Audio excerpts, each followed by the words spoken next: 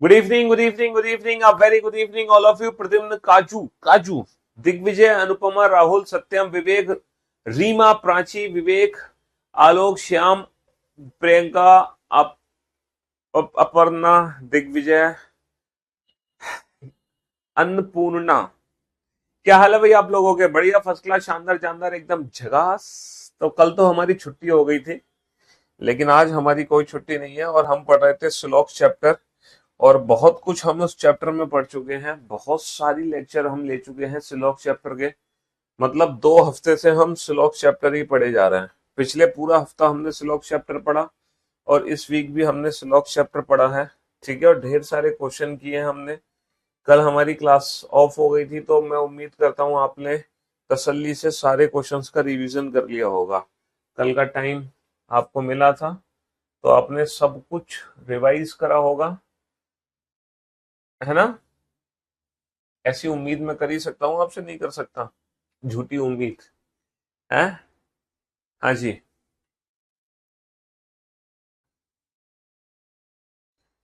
तो ढेर सारे क्वेश्चन हम कर चुके हैं, हम डेफिनेट रिजल्ट आइडेंटिफाई करना सीख चुके हैं, हम ओनली और ओनली फ्यू वाला सेंटेंस पढ़ चुके हैं, हम पॉसिबिलिटी सीख चुके हैं, हम डज नॉट फॉलो वाले क्वेश्चंस भी कर चुके हैं।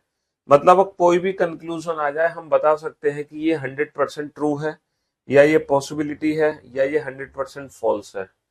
और कई सारे क्वेश्चन हमने कर लिए, ये सब कुछ हम पढ़ चुके हैं, सब कुछ, one two all. Total 84 question हम कर चुके हैं, 84 क्वेश्चन, 84 क्वेश्चन। ठीक है, कितने क्वेश्चन कर चुके हैं बाबू? 84 क्वेश्चन हम कर चुके हैं। अब मैं आपको ले चलता हूं रिवर्स या फिर इनवर्स सिलोजिज्म पर, है ना? हालांकि ये रिवर्स और इनवर्स सिलोजिज्म कुछ है ही नहीं, ये सिर्फ आपको मूर्ख बनाने के लिए है, सिर्फ आपको बेवकूफ बनाने के लिए है कि ये कोई चीज है। ये कोई चीज ही नहीं है, इनवर्स और रिवर्स सिलोजिज्म। ठीक है, जो कुछ आपने पढ़ा है, जो कुछ आपने सीखा है, ये रिवर्स और इनवर्स सिलोजिज्म यही चीज है। जो कुछ आप पढ़ रहे हो ना, यही है रिवर्स या इनवर्स सिलोजिज्म। इसमें कुछ नया नहीं है।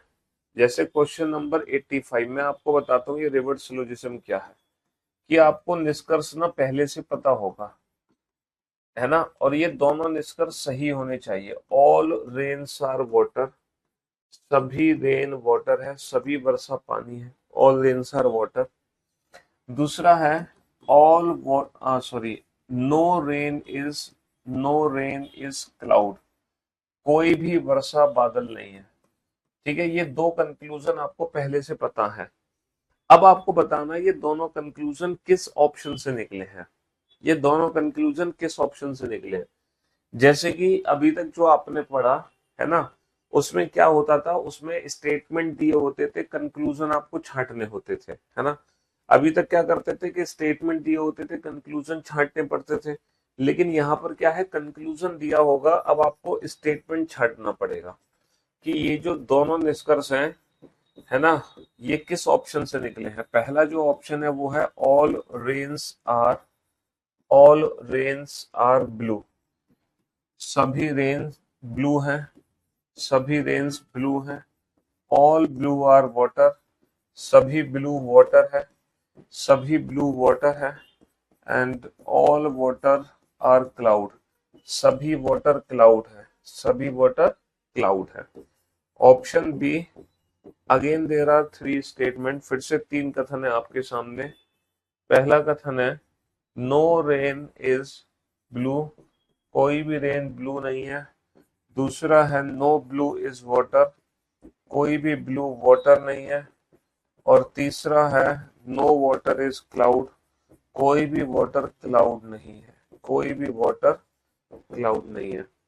तो ये बहुत ही आसान क्वेश्चन है, बहुत ही सिंपल क्वेश्चन है। ठीक है, मुझे नहीं लगता इससे ज्यादा आसान कुछ और है। बस आपको करना क्या है कि हर इंडिविजुअल ऑप्शन को आपको अलग अलग चेक करना है। अभी तक आप ऐसा नहीं कर रहे थे, लेकिन अब आपको ना हर इंडिविजुअल ऑप्शन ना अलग अलग चेक करना पड़ेगा, हर इंडिविजुअल ऑप्शन अलग अलग चेक करना पड़ेगा। ठीक है, हाँ जी। All water are, sorry, all rains are blue, all rains are blue, all blue are water, and some water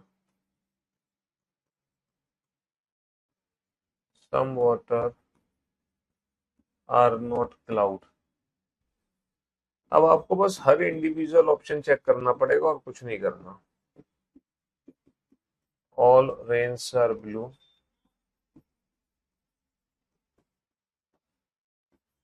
all blue are water,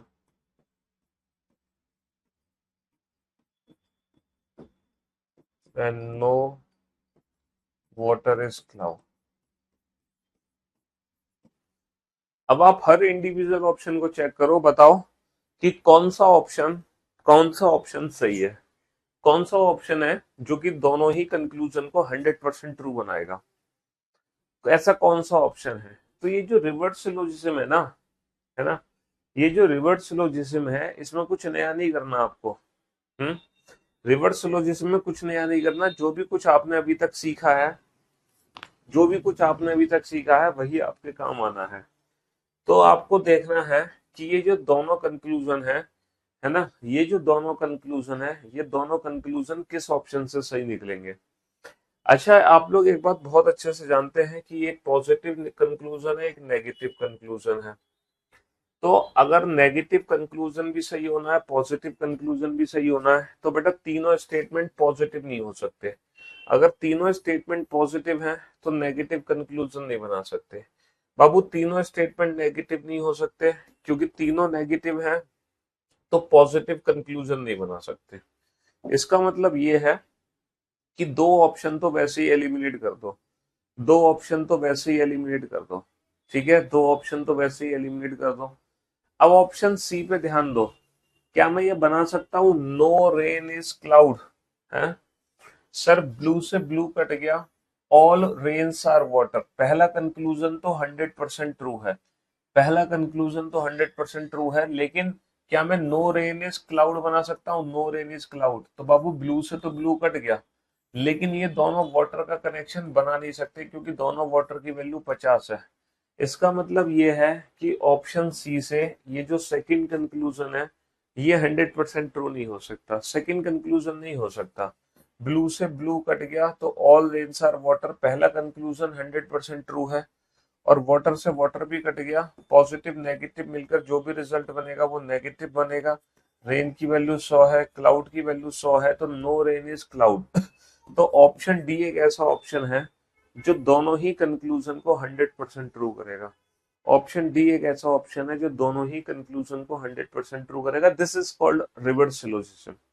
अब बताओ, क्या रिवर्स सिलॉक्स या रिवर्स सिलोजिज्म में कुछ अलग से करना है आपको? कुछ नहीं करना. जो भी कुछ आपने अभी तक पढ़ा है वही तो रिवर्स लॉक्स है, कुछ नया थोड़ी है इसमें. बस फर्क सिर्फ इतना है कि पहले स्टेटमेंट होते थे, बाद में कंक्लूजन होते थे. लेकिन ये उल्टा क्वेश्चन है, थोड़ा टाइम वेस्टिंग ज्यादा होगा इस क्वेश्चन में. क्यों? क्योंकि यहाँ पे आपको हर इंडिविजुअल ऑप्शन को चेक करना पड़ेगा, इसलिए थोड़ा सा टाइम वेस्ट होगा. हर इंडिविजुअल ऑप्शन चेक करोगे ना, इसलिए यहाँ पे थोड़ा टाइम वेस्ट ज्यादा होगा.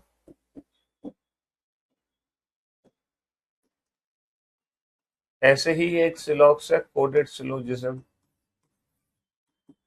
मैं आपको बता रहा हूँ कि लोग बेवकूफ बनाते हैं कि ये एक पूरा चैप्टर है, इसको हम पढ़ाएंगे.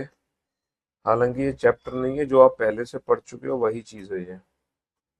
ठीक है, ये वही चीज है जो आप पहले से पढ़ चुके हैं, ये कोई अलग से चैप्टर नहीं है. ठीक है, कोडेड सिलोजिज्म. अब ये कोडेड सिलोजिज्म क्या है देखो. A $B means all A are B. A$B का मतलब है सभी ए बी है, सभी ए बी है. A%B means some A are B. A%B का मतलब है कुछ ए बी है, कुछ ए बी है. A has B means no A is B. A has B का मतलब है कोई भी ए बी नहीं है, कोई भी ए बी नहीं है. A@B means some A are not B. A at the rate B का मतलब है कुछ ए बी नहीं है, कुछ ए बी नहीं है। ए एट द रेट बी का मतलब है कुछ ए बी नहीं है, ठीक है, कुछ ए बी नहीं है। और ये है क्वेश्चन नंबर 86, ये है क्वेश्चन नंबर 86, कुछ ए बी नहीं है। अब यहाँ पर स्टेटमेंट क्या दिया हुआ है आपको, ठीक है, स्टेटमेंट आपको दिया हुआ है M dollar N, N has C, N has P, N has P. अब दो कंक्लूजन आपके सामने हैं, दो कंक्लूजन आपके सामने हैं। पहला कंक्लूजन है एम हैज पी, दूसरा कंक्लूजन है एम डॉलर पी, तीसरा कंक्लूजन है, बस यही दो कंक्लूजन है। अब बताओ इस क्वेश्चन का आंसर क्या होगा, है ना।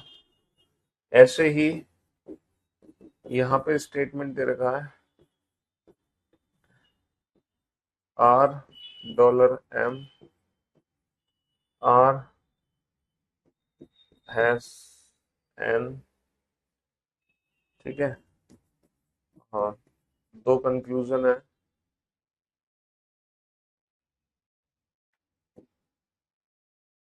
N percentage M, N has M. इन दोनों क्वेश्चन का आंसर दो, दिस इज कोडेड सिलॉक्स, ठीक है। हाँ बताओ कहाँ बनवाओगे मूर्ति, हाँ क्यों भाई,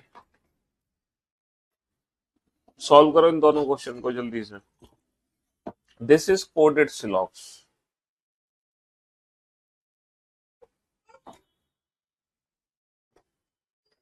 तो मैं आपको समझाना चाह रहा हूं कि रिवर्स सिलॉक्स या कोडेड सिलॉक्स ऐसा नहीं है कि कुछ अलग चीज है जो आपको अलग से पढ़नी है, ऐसा कुछ भी नहीं है।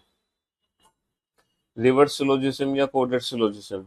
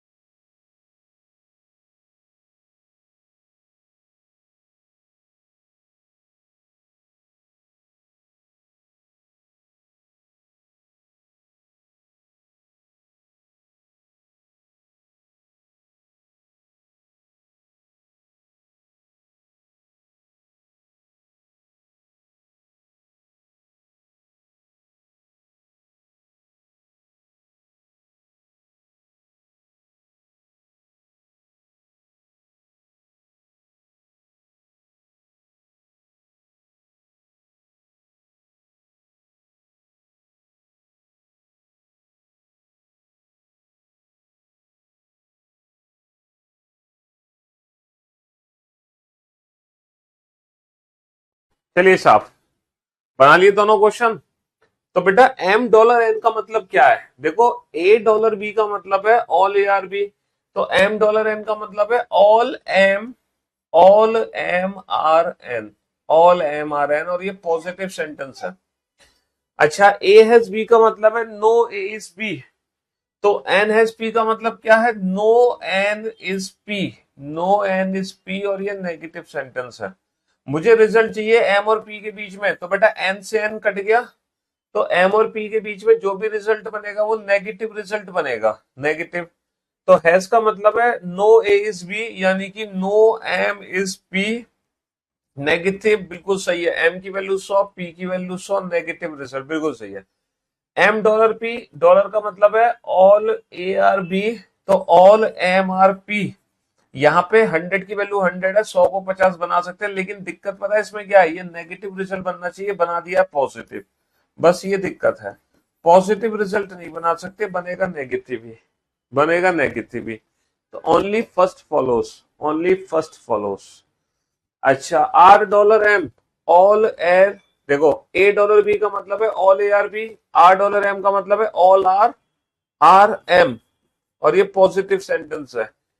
ए हैज बी का मतलब है नो ए इज बी, तो no R is N, no R is N, result है एन और एम के बीच में, तो बेटा आर से आर कट जाएगा, आर से आर कट जाएगा, और पॉजिटिव और नेगेटिव के बीच में नेगेटिव रिजल्ट बनेगा। अच्छा, जिसमें एम की वैल्यू 50 होनी चाहिए और एन की वैल्यू 100 और 50 दोनों हो सकती है, लेकिन रिजल्ट बनना चाहिए negative. N A percentage B का मतलब है सम ए आर बी, तो सम एन आर एम, और ये पॉजिटिव रिजल्ट है बाबू, पॉजिटिव रिजल्ट नहीं बन सकता, बाकी 100-50 तो ठीक ठाक है। अच्छा, ए हैज बी का मतलब है नो ए इज बी, हाँ नेगेटिव से नेगेटिव रिजल्ट बनेगा, लेकिन नो ए इज बी का मतलब है एन और एम दोनों की वैल्यू 100 है, एन की वैल्यू तो 100 है लेकिन एम की वैल्यू 50 है, 100 नहीं कर सकते, तो ये भी रिजल्ट मेरा गलत है। दोनों रिजल्ट यहाँ पे गलत हो गए। बट एक चीज ध्यान देंगे बेटा, ये सम है, ये नो है। सम और नो के केस में बेटा ये कॉम्प्लीमेंट्री पेयर है, और इस क्वेश्चन का जो आंसर होगा वो होगा ईदर फर्स्ट और सेकंड फॉलो, या तो पहला निष्कर्ष अनुसरण करता है या दूसरा। इस क्वेश्चन का आंसर होगा ईदर फर्स्ट और सेकंड फॉलो, या तो पहला निष्कर्ष अनुसरण करता है या दूसरा। ये ईदर और का केस है, ये ओनली फर्स्ट फॉलो का केस है। ठीक है, हाँ जी। तो बड़ा आसान सा क्वेश्चन है, 150 की वैल्यू से हमने चुटकी बजाते ही इस क्वेश्चन को सॉल्व कर दिया। वही कनेक्शन पुराने वाले हैं कि पॉजिटिव और नेगेटिव है तो नेगेटिव रिजल्ट बनना चाहिए। ठीक है जी, हाँ जी। गुरु जी आप इतना अच्छा मत पढ़ाया करें। तो दिस इज कॉल्ड कोडेड स्लॉक्स, तो कोडेड स्लॉक्स में भी कुछ अलग से नहीं पढ़ना, रिवर्स स्लॉक्स में भी कुछ हमें अलग से नहीं पढ़ना, समझ रहे हो? जो पहले पढ़ चुके हो वही सब काम आएगा कोडेड और रिवर्स स्लॉक्स में, जो पढ़ चुके हो वो पढ़ चुके हो, है ना?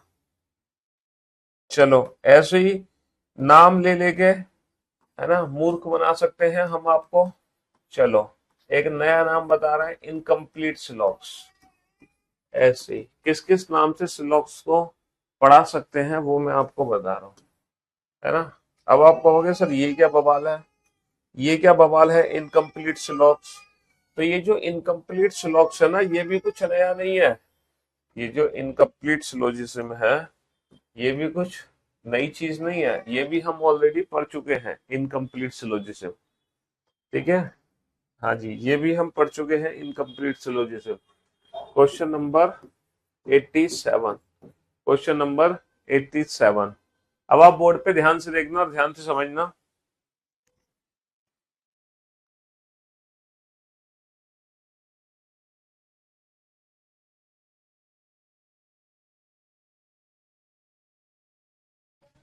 हाँ जी, इनकम्प्लीट स्लॉक्स को कैसे सॉल्व करते हैं जरा ध्यान से सुनना।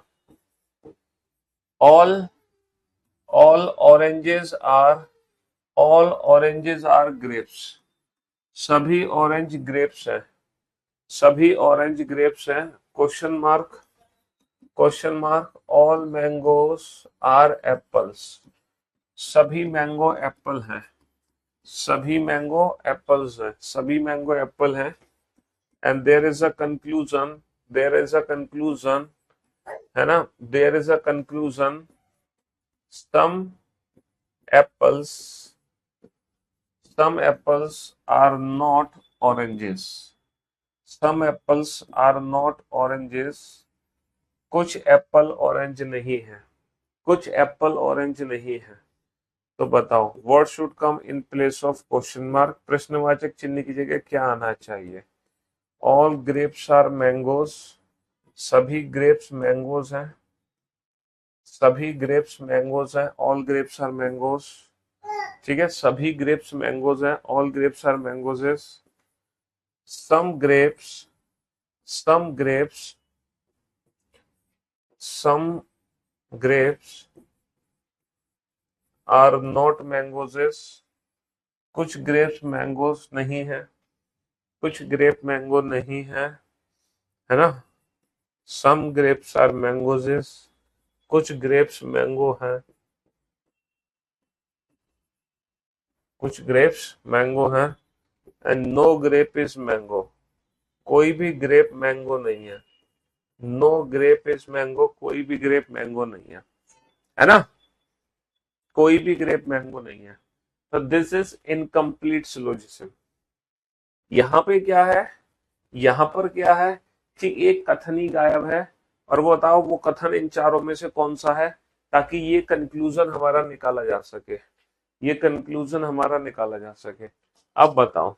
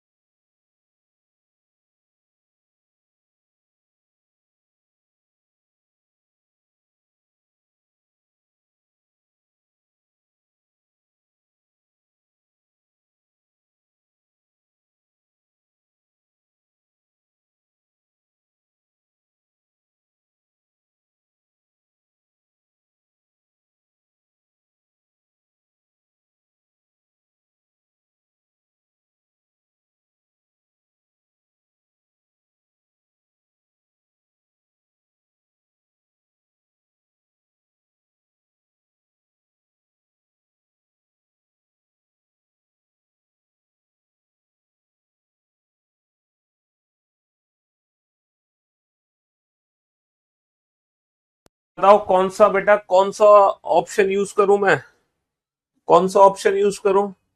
अगर मैं all grapes are mangoes use करता हूं तो तीनों स्टेटमेंट पॉजिटिव हो जाएंगे, नेगेटिव रिजल्ट कैसे निकालोगे। तो बेटा ऑप्शन ए और सी तो हटा दो। अच्छा, मैं अगर some grapes are not mango use करता हूं, some grapes are not mango, तो ग्रेप से ग्रेप जुड़ नहीं पाएगा, ग्रेप से ग्रेप जुड़ नहीं पाएगा, इसीलिए option D is the right answer.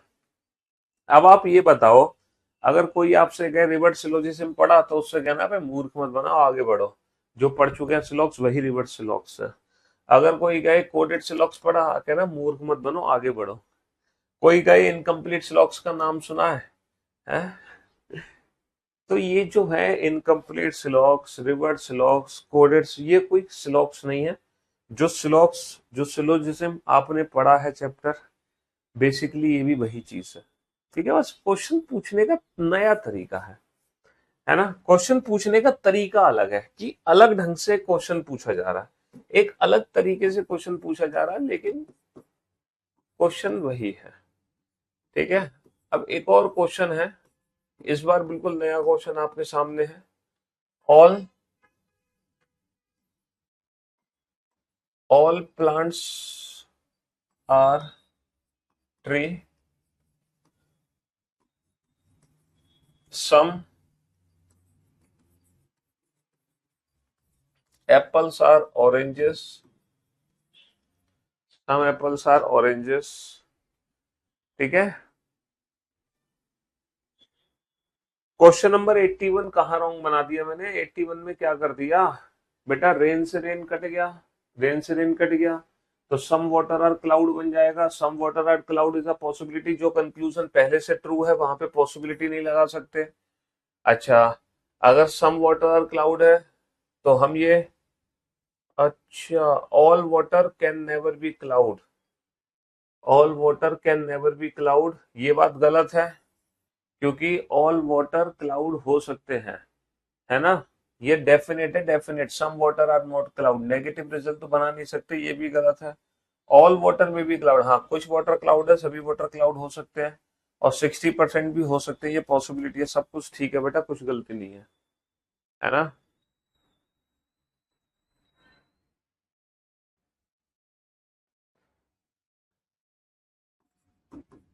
All plants, all plants are green, सभी प्लांट्स ग्रीन हैं। ऑल एप्पल्स आर ऑरेंजेस, सभी एप्पल ऑरेंजेस हैं, सभी एप्पल ऑरेंजेस हैं। इस बार जो ऑप्शन है वो कुछ ऐसे दिए हैं, 1 2 3, 2 3 4, है ना, 2 4 3 और 1 3। एक सेकंड, एक पांचवा स्टेटमेंट और आएगा, पांचवा स्टेटमेंट आएगा, सम ट्रीज आर ग्रीन। अब दिए जाएंगे ऑप्शन, 1 2 3, 2 3 4,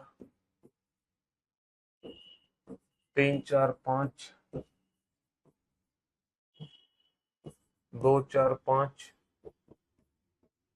या फिर 1 3 5। ये क्वेश्चन है, ठीक है। हाँ जी। अब जरा अगर आप इस क्वेश्चन पे ध्यान देना बाबू, इस क्वेश्चन पे ध्यान दें, तो ये पता है क्या क्वेश्चन है। ये वो क्वेश्चन है कि इन दिए गए 5 कथनों में से ऐसे कौन से 3 कथन है जो एक दूसरे से लॉजिकली कनेक्टेड है। ऐसे कौन से 3 कथन है जो एक दूसरे से लॉजिकली कनेक्टेड है, बताओ। लॉजिकली कनेक्टेड आने चाहिए।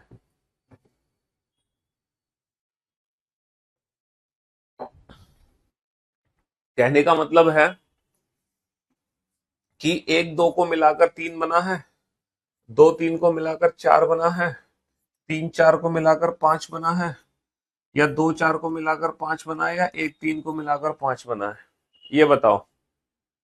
हाँ जी। सर 1 2, सर पहले और दूसरे स्टेटमेंट को तो हम जोड़ ही नहीं सकते, plant tree Apple orange. 2 3, sir Apple orange plant green, जोड़ ही नहीं सकते। 3 4, प्लांट ग्रीन एप्पल ऑरेंज, जोड़ ही नहीं सकते। 2 4, सर एप्पल से एप्पल कट गया, और अरे ये तो सेम सेंटेंस हो गए ना। 1 3, सर प्लांट से प्लांट कट गया, तो हम some trees are green result बना सकते हैं, और ये लिखा हुआ है सम ट्रीज आर ग्रीन। तो 1 3 को मिलाकर 5 बन जाएगा, 1 3 को मिलाकर क्या बन जाएगा, 1 3 को मिलाकर 5 बन जाएगा, 1 3 को मिलाकर, 1 3 को मिलाकर 5 बन जाएगा, 1 3 को मिलाकर 5 बन जाएगा। समझ रहे हो। हाँ जी, 1 3 को मिलाकर 5 बन जाएगा। अब कुछ ऐसे सेंटेंस में लिखूंगा जिसका मतलब आपको समझना है कि इसका मीनिंग क्या है। If some mangoes which are which are apples are also grapes। इस सेंटेंस का मतलब समझो, इस सेंटेंस का मीनिंग क्या है। कभी कभी ये सेंटेंस आपको देखने को मिल सकता है, कभी कभी ये सेंटेंस आपको देखने को मिल सकता है। यदि कुछ मैंगो, यदि कुछ मैंगो जो कि सेब है, यदि कुछ मैंगो जो कि सेब है, पक्का ग्रेप्स भी होंगे, पक्का ग्रेप्स भी होंगे। यदि कुछ मैंगो जो कि सेब है, वो फिर पक्का ग्रेप्स भी बन जाएंगे, खुद ही ग्रेप्स बन जाएंगे। तो बताओ इस सेंटेंस का प्रैक्टिकली मीनिंग क्या है। ये सेंटेंस कब ट्रू होगा, ये सेंटेंस कब ट्रू होगा, किस कंडीशन पे ट्रू होगा। ऐसा कब संभव है कि अगर मैं मैंगो को एप्पल बना रहा हूं, अगर मैं मैंगो को एप्पल बना रहा हूं, तो वो खुद ही ग्रेप्स बन जा रहा है। ऐसा कब संभव है कि किसी चीज को आप एप्पल बना रहे हो और वो खुद ही ग्रेप्स बन जा रही है। मतलब जो भी चीज एप्पल बना रहे हो वो खुद ही ग्रेप्स बन जा रही है। ऐसा कब संभव है, ऐसा तब संभव है when all apples are grapes, when all apples are grapes. अब आप इस सेंटेंस को, ऊपर वाले सेंटेंस को प्रूव कर सकते हैं। If some mangoes which are apples, if some mangoes which are apples are also grapes. अब आप किसी भी चीज को एप्पल बनाओ, वो खुद ही ग्रेप बन जाएंगे। क्यों? है ना? क्यों? यदि कुछ मैंगो, इस सेंटेंस का हिंदी में मतलब क्या था? यदि, यदि कुछ आम, यदि कुछ आम जो कि, यदि कुछ आम जो कि सेब है, यदि कुछ आप सेब हैं, वह अंगूर भी होंगे, वह अंगूर भी होंगे। यदि कुछ आम जो कि सेब है, कॉमा, वह अंगूर भी होंगे। यदि कुछ आम जो कि सेब है, कॉमा, वह अंगूर भी होंगे। ऐसा तभी संभव है when all apples are grape, जब सभी सेब अंगूर हैं। तो यदि कुछ आम जो कि सेब है, वो अंगूर अपने आप बन जाएंगे, क्योंकि सभी सेब क्या है? सभी सेब अंगूर हैं, सभी सेब अंगूर हैं। ऐसे ही आप इस सेंटेंस का मतलब बताओ। If some mangoes which are apples, if some mangoes which are apples can never be grapes। अब इसका मतलब ये है कि अब आप जिस चीज को एप्पल बना रहे हो, वो कभी अंगूर नहीं बन पाएगी। अब आप जिस चीज को सेब बना रहे हो, वो कभी अंगूर नहीं बन सकती। यदि कुछ मैंगो जो कि सेब है, वह कभी अंगूर नहीं बन सकते। यदि कुछ आम जो कि सेब है, अब वह कभी अंगूर नहीं बन सकते, अब वह कभी अंगूर नहीं बन सकते। इसका सेंटेंस का मतलब क्या है? अब जो चीज तुम सेब बना रहे हो, अब जो चीज तुम सेब बना रहे हो, वो कभी अंगूर नहीं बन सकती। ऐसा कब संभव होगा बताओ? अब जो चीज तुम सेब बना रहे हो, वो कभी अंगूर नहीं बन सकती। अब जो चीज तुम सेब बना रहे हो, वो कभी अंगूर नहीं बन सकती।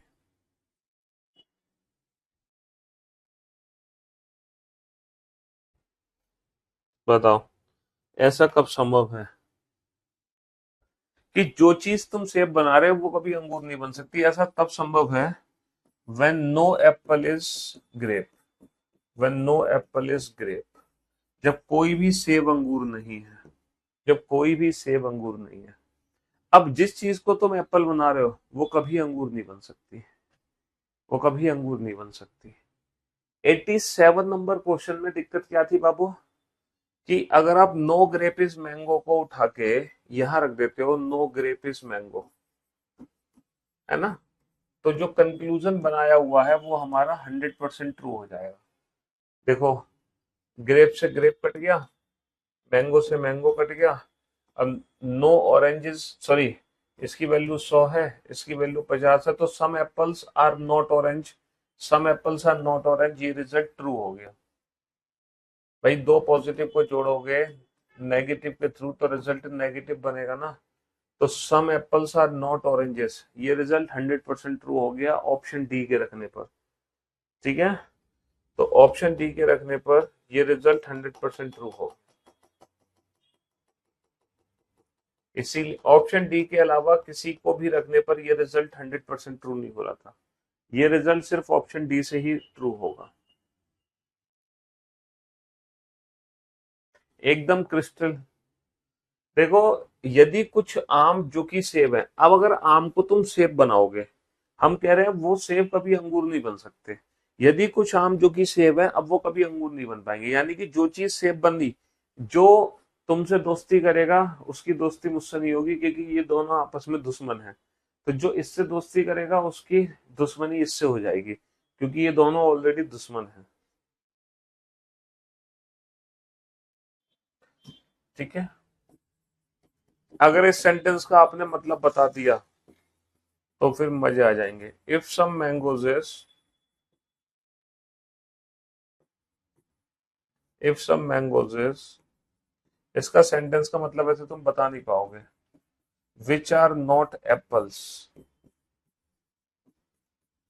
Can never be grapes. इस सेंटेंस का मतलब तुम वैसे बना नहीं पाओगे। देखो इस सेंटेंस में क्या था कि जो चीज एप्पल है, if some mangoes which are apple, जो चीज एप्पल है ना, वो खुद ही क्या बन जाएगी, ग्रेप्स, क्योंकि सारे एप्पल ग्रेप्स के अंदर थे। अब जो चीज तुम एप्पल बनाओगे, if some mangoes which are apple, जो चीज तुम एप्पल बनाओगे वो खुद ही ग्रेप बन जाएगी, क्यों, सारे एप्पल ग्रेप के अंदर हैं। यहाँ पर क्या है, एप्पल और ग्रेप्स दोनों अलग अलग हैं। यहाँ पर एप्पल और ग्रेप्स अलग अलग है। If some mangoes which are apple, अब जो भी चीज एप्पल बनेगी वो कभी ग्रेप नहीं बन सकती, क्योंकि एप्पल और ग्रेप अलग अलग है। यहाँ पे सारे एप्पल ग्रेप्स के अंदर थे। और तुमने अगर इस सेंटेंस का मतलब बता दिया तो फिर हम मान जाएंगे, है ना।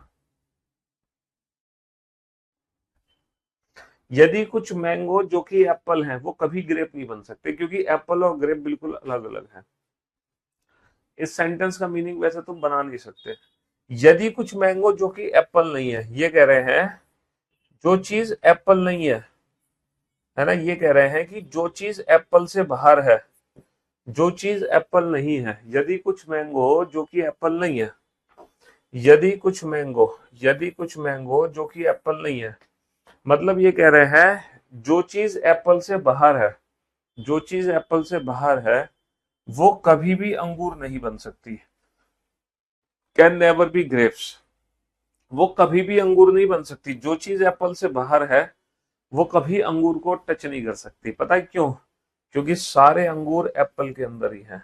तो ये सेंटेंस का जो मीनिंग है वो ये है, all grapes are, all grapes are apple, all grapes are apples, all grapes are apples. क्योंकि जो चीज एप्पल से बाहर है, जो चीज एप्पल से बाहर है वो कभी अंगूर नहीं बन सकती। ऐसा तभी संभव होगा when all grapes are apple, when all grapes are apple. If some mangoes which are not apple, if some mangoes which are not apple can never be grapes. If some mangoes which are not apple can never be grapes. यदि कुछ सेब, यदि कुछ आम, यदि कुछ आम जो कि सेब नहीं है वो कभी भी अंगूर नहीं हो सकते। यदि कुछ आम जो कि सेब नहीं है वो कभी भी अंगूर नहीं हो सकते। ठीक है, हाँ जी।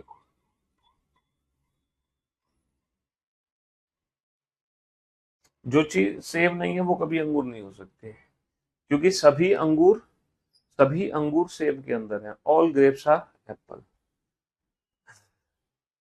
तो फाइनली आपको जानकर ये खुशी होगी कि सिलॉक्स में आप लोग पीएचडी कर चुके हैं, है ना। इस चैप्टर में अब आप लोग पीएचडी कर चुके हैं, पीएचडी, डॉक्टर सिलोजिज्म अपना नाम रख लो आप लोग। ठीक है, इतना सब कुछ आपने इस चैप्टर में पढ़ लिया जिसकी आपने उम्मीद भी नहीं करी होगी। हालांकि ये चैप्टर पिछली क्लास में ही खत्म हो गया था। आज की क्लास तो बस कुछ अलग अलग टाइप्स के क्वेश्चन थी कि जैसे इस तरह से क्वेश्चन एग्जाम में देखने को मिल सकता है। ठीक है, तो फाइनली सिलॉक चैप्टर में आपने पीएचडी कर ली। और कुल पता है कितने पेजेस मैंने सिलॉक चैप्टर आपको पढ़ा दिए, देखो यहाँ पे क्या लिखा है, 75। कुल 75 पेजेस मैंने आप लोगों को पढ़ा दिए, 75 पेजेस इस चैप्टर में, है ना। 36, 90, 18 ये एनालॉजी में क्वेश्चन है बेटा, एनालॉजी। और ये वाले क्वेश्चन मैंने अपने यूट्यूब चैनल पे ढेर सारे सॉल्व कराए हुए हैं, बहुत सारे। आप वहां से भी इन क्वेश्चंस को सॉल्व कर सकते हो मेरे यूट्यूब चैनल से, एनालॉजी नाम से। जो एक वो बनी होगी प्लेलिस्ट, है ना, प्लेलिस्ट बनी होगी। वीओडी बीच बीच में चलती है रुक जाती है, ऐसा नहीं हो सकता। हम्म।